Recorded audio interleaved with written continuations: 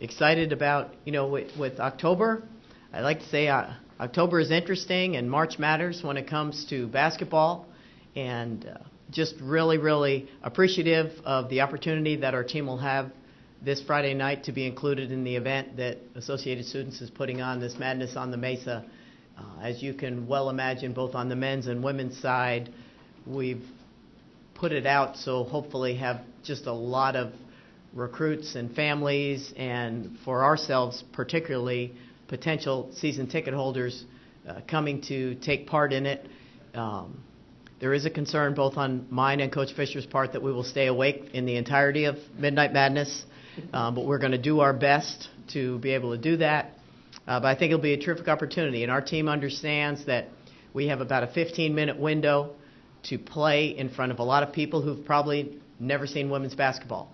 And if we can do our part, then our hope is that we can translate that into when the guys play on the Midway on Friday night, the next day everybody will jump in their cars and drive up to Pauley Pavilion and watch the women play at UCLA and continue on forward. We have a lot of returning parts from a year ago, and I think whereas last year when I sat here, I told you we have 7 new people, and I have no earthly idea what's going to happen, except I think the point guard we have, Chelsea Hopkins, who was a redshirt, is pretty good.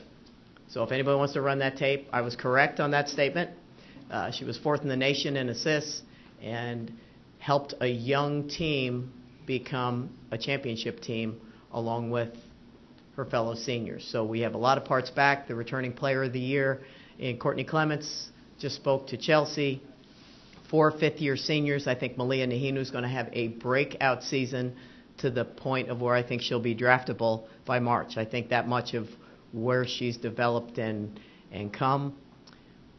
The biggest difference in a college athlete is from their first to second year, so the most exciting part, we've had 2 practices. The most exciting part is what I see from Emma Amarikwa, Desi Culberson, Christina Hunter, Ajale Harvey, the people who a year ago didn't really know which end was up. They just were pretty good athletes, and they've really retained and improved a lot. So we have high expectations. We also have maybe the most challenging non-conference schedule that we've ever had. So a lot in front of us, and just excited to get it started. With that, any questions? Did you guys work hard in this off-season then? Is that what you're saying? I mean, in seeing these kids at practice, you feel like they really stuck to the program after winning a championship last year? I would say more it's you don't know what you don't know if you don't know it. And when you're a freshman, everything that hits you is hitting you for the first time. And then they can have an off season, and you're right, an off season where you've had success, you feel better about yourself. Hey, Mick, I didn't even see you over there. You feel a little bit better about yourself. So I think they know what it's like to play at UCLA. They know what it's like to play at LSU. They know what it's like to play at Washington State, at Wyoming, at CSU, home, in big games.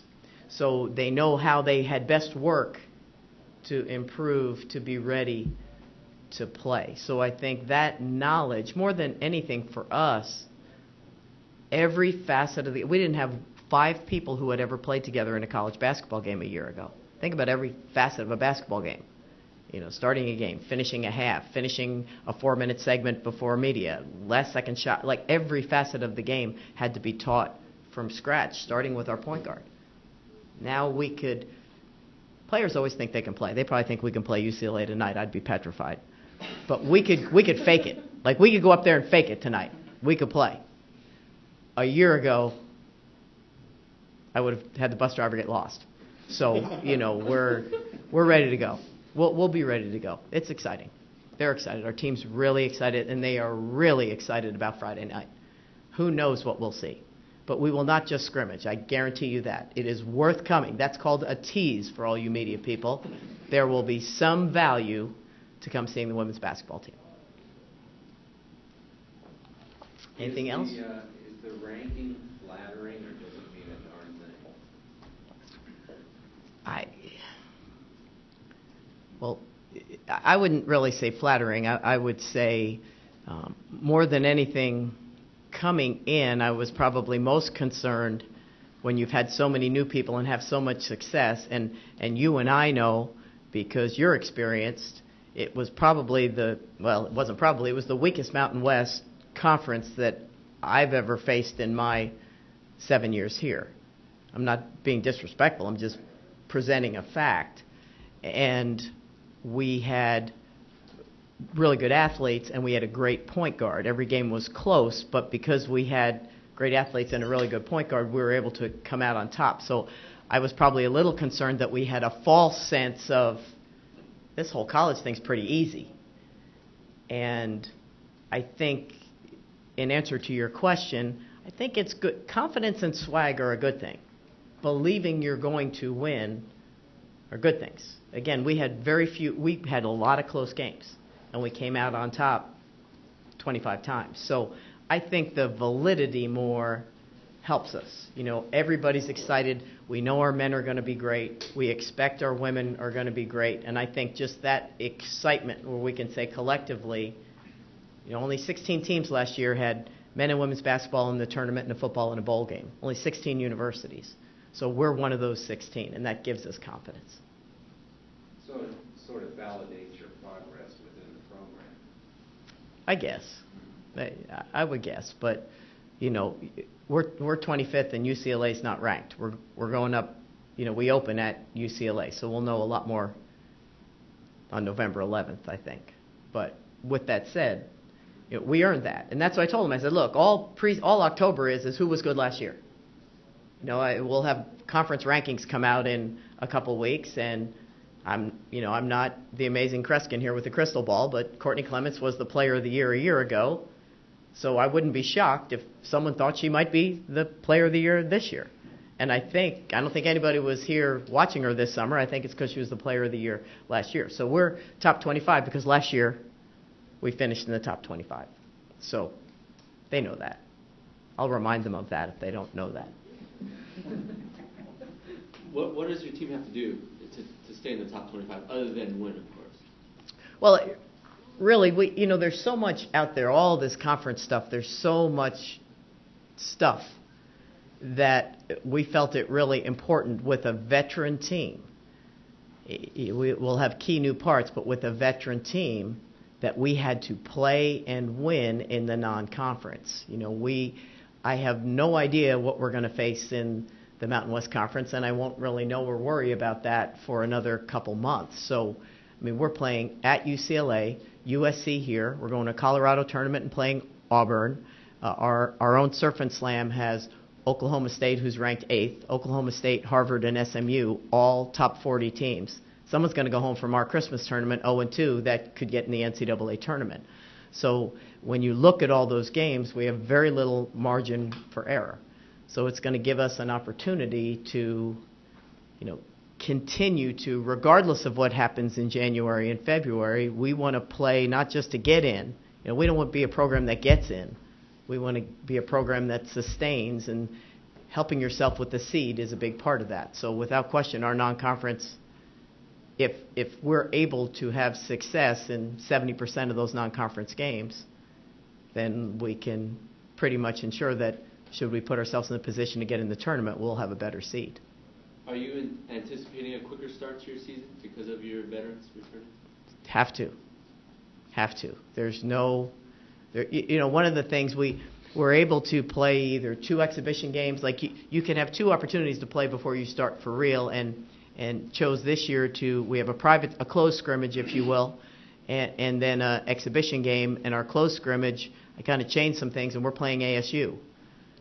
For the reason of, as soon as I knew we were going to open against UCLA, I knew that we couldn't have a scrimmage to get the kinks out. I was hoping we'd have a scrimmage that would kick us hard, because I know the kind of team that they're going to have this year and the level of athletes that she has in her program. So we have to fast forward everything because of the kind of schedule that I just told you. UCLA had the number 2 ranked recruiting class in the country last year, and we lost last year.